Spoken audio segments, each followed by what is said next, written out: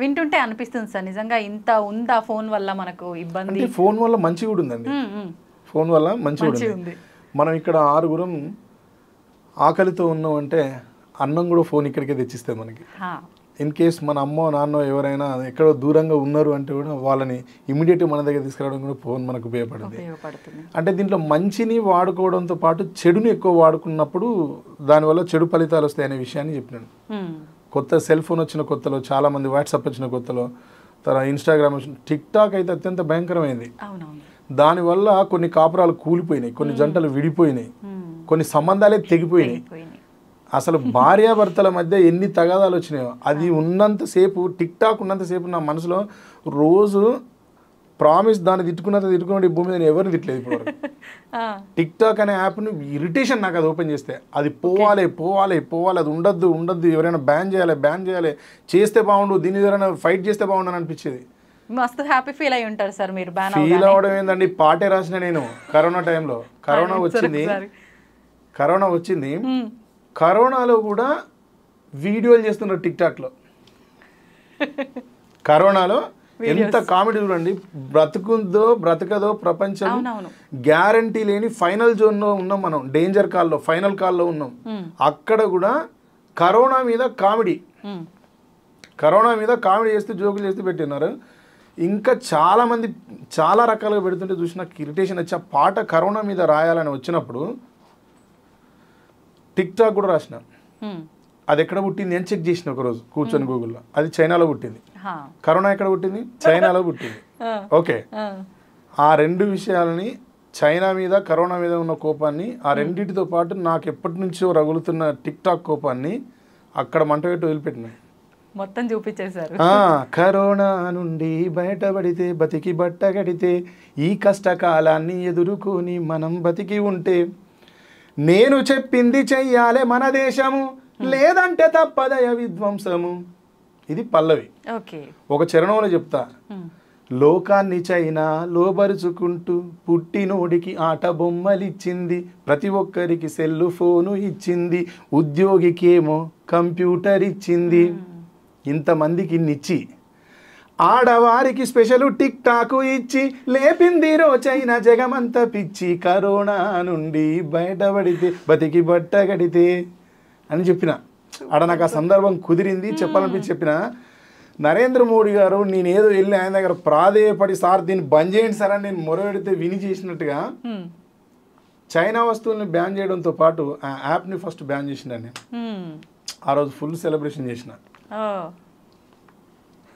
Marriage డేనో బర్త్డేనో చేసినట్టుగా tick talk ban రోజు అది బ్యాన్ చేయాలన్న రోజు అమ్మా మామూలుగా సంతోషపడలేదు నేను. దానివల్ల మర్యాద అనేది మొత్తమే పోయిందండి. భార్యాభర్తల మధ్య, తండ్రి కూతుళ్ళ మధ్య, అన్నదమ్ముల మధ్య, అక్కా చెల్లెల మధ్య శరీరాన్ని ఎటంటే అటు ప్రదర్శించే స్థాయికి వచ్చినారు కొందరు. అది నన్ను బాగా ఆలోచింపజేసింది, బాగా బాధ పెట్టింది నన్ను. అది ఇండియన్ విమెన్ అట్లా ఊహించుకోలేం మేడం. అట్లా ఊహించుకోలేం. అది ఎందుకో నాకు అది బాగా నన్ను బాధించింది. కానీ దానికి ఫుల్ స్టాప్ వచ్చింది. అట్లా నాకు కొన్ని ఉన్నాయట్లో ఏదో తోచిన నిజంగా సూపర్ సార్. ఆ టైంలో కూడా మీరు దానికి చెలించి అట్లా రాయటం అనేది నిజంగా గ్రేట్. దాంట్లో చాలా విషయాలు ప్రస్తావించిన పాటలో. వినాశనాలన్నీ మేడు ఇని చైనా, చైనాకు రెండవ పేరే కరోనా, కరోనా నుండి బయటపడితే అని. ఈ అట్మాస్ఫియర్ మొత్తం రాసిన దాంట్లో. వేసేటి స్విచ్, వెలిగేటి లైటు, తిరిగేటి ఫ్యాను, ఒరిగేటి సోఫా, చూస్తున్న టీవీ, కూర్చున్న మంచం, తింటున్న కంచం, ఇల్లంతా వ్యాపించి ఉన్నది చైనా, సిగ్గుంటే కొనవద్దు ఇక మీదటైనా. వార్నింగ్ ఇచ్చిర్రు అందరికి ఒక రకంగా. వార్నింగ్ నేను కాదండి, కవి. కవికి ఒక్కొక్కసారి కవి లోపల ధిక్కార స్వరం అనేది ఉంటుంది. వాడిని సమాజం గౌరవిస్తుందండి, సురేందర్ని కాదు. సురేందర్ చెప్పలేదు అది. నా లోపల ఉన్న కవి ఈ సమాజంతో 20 సంవత్సరాలుగా సంబంధం కలిగి ఉన్న కవి చెప్పిండు. సురేందర్ మాట్లాడితే ఎవరు తీసుకోరు మేడం దాన్ని. ఇప్పుడు తీసుకుంటారు సార్, ఎందుకు తీసుకోరు? ఎప్పుడైనా కవి ఐడెంటిటీ రాక ముందు వరకే కదా సార్ అదంతా. లేదండి, అట్లుండదు. నేను అన్పార్లమెంటరీ మాట్లాడితే ఇప్పుడు ఎవరు తట్టుకోరు, ఇమీడియట్గా స్టార్ట్ చేస్తారు. ఓకే, అట్లుంటుంది. ఓకే సార్, సాయి చంద్ గారి విషయానికి వస్తే వారికి మీకున్న అనుబంధం, వారు పాడిన రాతి బొమ్మల్లోన పాట చాలా సూపర్ హిట్, అది కూడా మీ అనుబంధం గురించి. బాణీకి, సాహిత్యానికి, పాటకు, గాత్రానికి, వాయిద్యానికి మీ అందరికీ ఉన్న సంబంధం సాయి చంద్ది నాది, సాయిది నాది, అదే రిలేషన్ మా ఇద్దరిది. పాటే నాకు మంచి మిత్రుడు, నా పాటను ఎక్కువ మోసిన గాయకుడు. గర్జన అని ఉంటాడన్న, గర్జన అన్న తర్వాత ఈ మోడ్రన్ వేదికల మీద నా పాటను బతికించింది సాయి. ఓకే సార్, ఆ పాట ఎంతో మందికి ఇష్టం, నాతో సహా. ఒక 2 లైన్లు మా అందరి కోసం. ఏది? రాతి బొమ్మల్లోన. రాతి బొమ్మల్లోన కొలువైన శివుడా, రక్తబంధం విలువ నీకు తెలియదురా, నుదుటి రాతలు రాసేవో బ్రహ్మదేవా, తల్లి కొడుకుల ప్రేమ నీవు ఎరుగవురా, తెలిసుంటే చెడ్డంత నా కొడుకుని తిరిగి తెచ్చివ్వగలవా నీ మహిమలు, రాతి బొమ్మల్లోన కొలువైన శివుడా, రక్తబంధం విలువ నీకు తెలియదురా. సూపర్ సార్, నిజంగా అసలు హృదయాలన్నీ కదిలించేసినట్టు అవుతుంది ఆ పాట వింటుంటే. అది ఒక అద్భుతమైన పాట. ఇప్పుడు మనం రిలీజ్ చేసింది ఒక అద్భుతమైన పాట. సూపర్. అది బిడ్డను కోల్పోయిన తల్లి, ఇది తల్లి కోసం బిడ్డలందరూ వాడే. అవునవును. సరే, అమ్మ పాట విషయానికి వస్తే ఎట్లా మీరు మళ్ళీ వచ్చేసారు ఆ దారిలో కాబట్టి, తను చెప్పారు నాకేం ఇబ్బంది అనిపించలేదు తెలుగు రాకపోయినా పాట పాడడానికి అని. నాకు తెలిసినంత వరకు మీరు ఇబ్బంది పడే ఉంటారేమో తనకి చెప్పటానికి. లేదు లేదు, ఇది చాలా మందికి తెలియని విషయం. ఇప్పుడు చెప్తాను.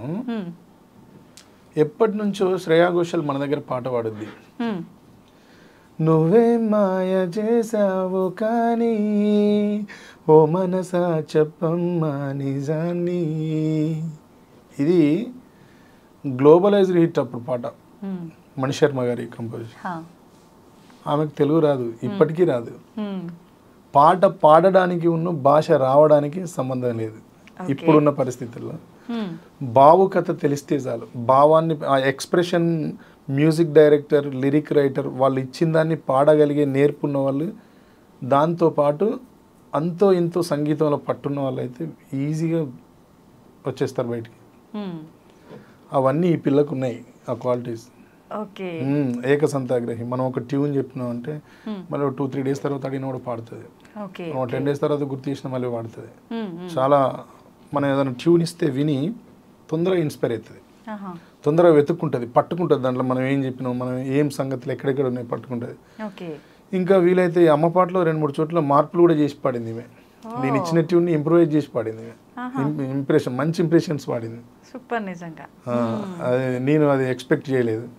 అట్లా అప్పుడు ఈమెకు సంగీత జ్ఞానం ఉంది కాబట్టి ఈమె కూడా ఎమోషనల్ బాగా, కాబట్టి పాటని పట్టుకోగలుగుతుంది.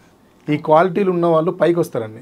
నేను కాకుండా ఈ అమ్మాయిని ఇంకెవ్వరు పరిచయం చేసినా ఈమె డెఫినెట్గా పైకి వచ్చేది. ఓకే, క్రెడిట్స్ మీరు తీసుకోవట్లే? లేదు మేడం, లేదు. నేచర్ ఎవరిని ఎక్కడెక్కడో డిసైడ్ చేస్తాయి. నా పాట, నేను రాసిన పాట రాతి బొమ్మలో కొలువైన శివుడా, వాడు మా సాయి దాన్ని అద్భుతంగా పట్టుకొని తిరిగేది. వాడు ఆ పాట కోసమే వేదికకు పోయేది. ఒక్కొక్కరికి ఒక్కొక్కటి లైఫ్ ఇస్తుంది. వాడికి పేరు వచ్చింది, నాకు పేరు వచ్చింది కదా. ఎవరి లైఫ్ వాళ్ళది, మళ్ళీ వాడి లైఫ్ వాంది, నా లైఫ్ నాదే. లిరిక్ రైటర్గా నాకు నేను, వాడు పబ్లిక్ పర్ఫార్మర్గా వాడు తిరుగుతూనే ఉండేది. ఎవరి లైఫ్ ఏం డ్యామేజ్ కాలేదు. అట్లా ఎవరు కష్టపడితే వాళ్ళకి పేరు వస్తుంది. కాకపోతే ఒకరికి పేరు రావడంలో ఒకరి పాత్ర కొంత ఉంటుంది, ఇంకొకరి పాత్ర, ఒకరి దాంట్లో ఒకరి పాత్ర ఉంటుంది. దాన్ని ఫస్ట్ తెలుసుకోగలగాలి మనం ఇక్కడ ఎంతవరకు, ఈ అమ్మాయి సక్సెస్లో నా ఎంతవరకు ఉంది, ఈ అమ్మాయి కాకుండా వేరే అమ్మాయితో నడిస్తే ఫ్లాప్ అయ్యేదేమో, పోయేదేమో.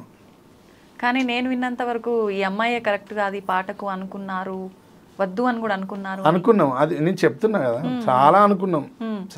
ఈ పాట వద్దు, ఇంకో ప్రాజెక్ట్ చేద్దాం, వేరే ఏదైనా పాట చేద్దాం, ఈ పాట ప్లేస్లో ఇంకో 2-3 పాటలు అనుకున్నాం.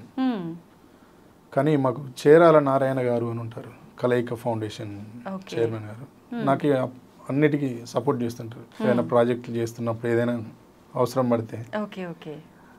అట్లా నేను సార్ నుండి అడిగితే, ఎందుకే అమ్మాయిని అన్నిసార్లు పిలిపించి పాడించినావు కదా, పాపం వచ్చింది, ఎందుకు వదిలే, ఈ పాట కాకపోతే ఇంకో పాట చేద్దాం, వదిలే, రిలీజ్ చేసి చూడు ఏమైద్దని అన్నాడు. అట్లా ఆయన మాటని గౌరవించి మేము కూడా ఇంత కష్టపడ్డది కదా నిజంగా ఎన్నిసార్లు వచ్చింది అంటే మేము పిలిచిన ప్రతిసారి వచ్చింది. ఒకసారి వచ్చిన తర్వాత మేము రికార్డు కూడా చేయలేకపోయినాం. పాపం మళ్ళీ తిరిగి వెళ్ళిపోయింది. పంపిస్తే టైం అనుకూలించలేదు, రికార్డింగ్ థియేటర్ దొరకలేదు, అప్పుడు వెళ్ళిపోయింది. అవన్నీ మళ్ళీ ఒకసారి రీకాల్ చేసుకొని వదిలేమా పోతే పోనీ వస్తే రాని అని వదిలిపెట్టినాం. అది ఇట్లా 30 లక్షల దాకా పోయింది. సూపర్ నిజంగా.